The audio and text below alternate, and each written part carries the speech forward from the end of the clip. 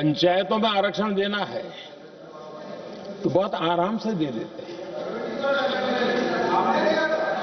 लेकिन आप कह रहे हैं तो कह रहे हैं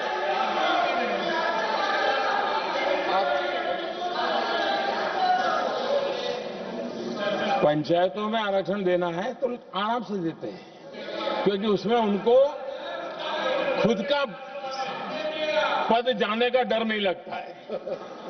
उसको लगता है हम सुरक्षित यार वहां दे दो।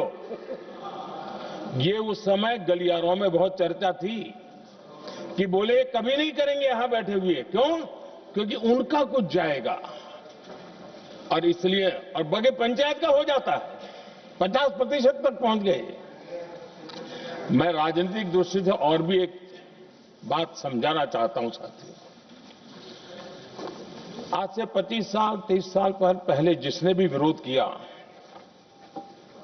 तो विरोध राजनीतिक सतह से नीचे नहीं गया था।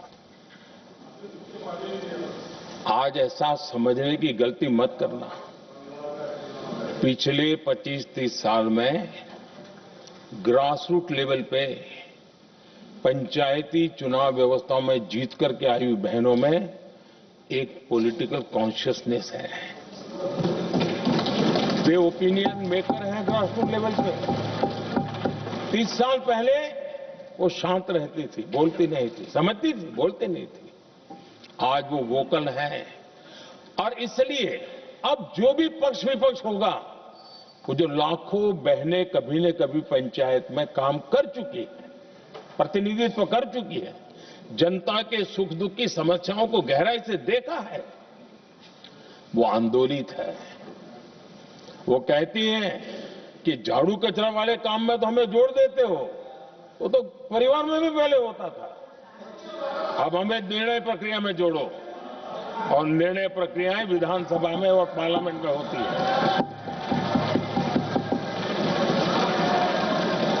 और इसलिए मैं राजनीतिक जीवन में जो लोग प्रगति चाहते, मैं किसी भी सांसद की बात करता हूं, किसी भी एमएलए की बात करता हूं, ये दल वो दल की बात मैं नहीं कर रहा हूं।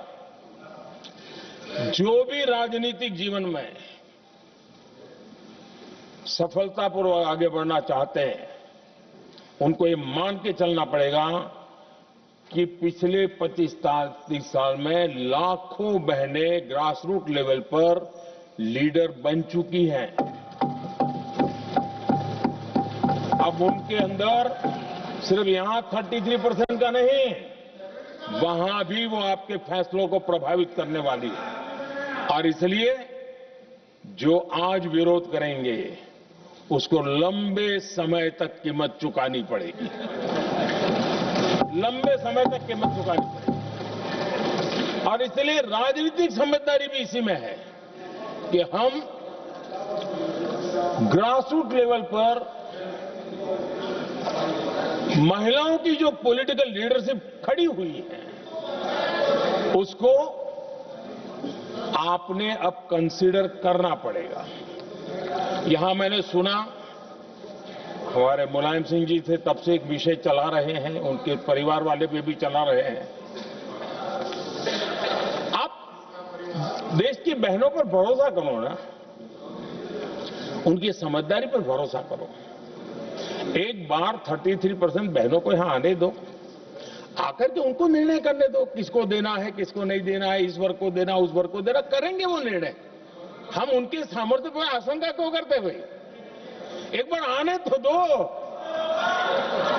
उनको आने तो दो। जब आएंगे तो 34 में, और दूसरा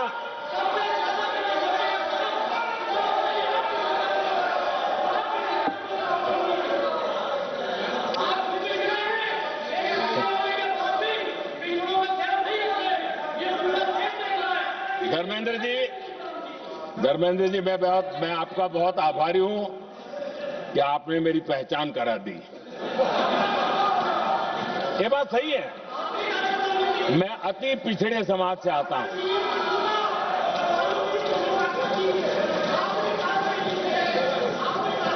धर्मेंद्र जी, मैं आपका बहुत आभारी हूं और अखिलेश जी मेरे मित्र हैं तो कभी कभी मदद कर देते हैं।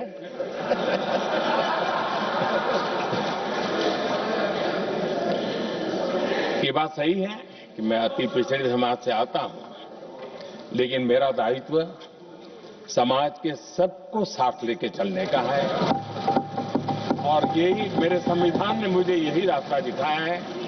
मेरे लिए संविधान ही सर्वोपरि है और इसलिए ये संविधान की ताकत है कि मेरे जैसा अत्यंत छोटे समाज का, अति पिछड़े समाज के व्यक्ति को इतना बड़ा दायित्व देश ने दिया।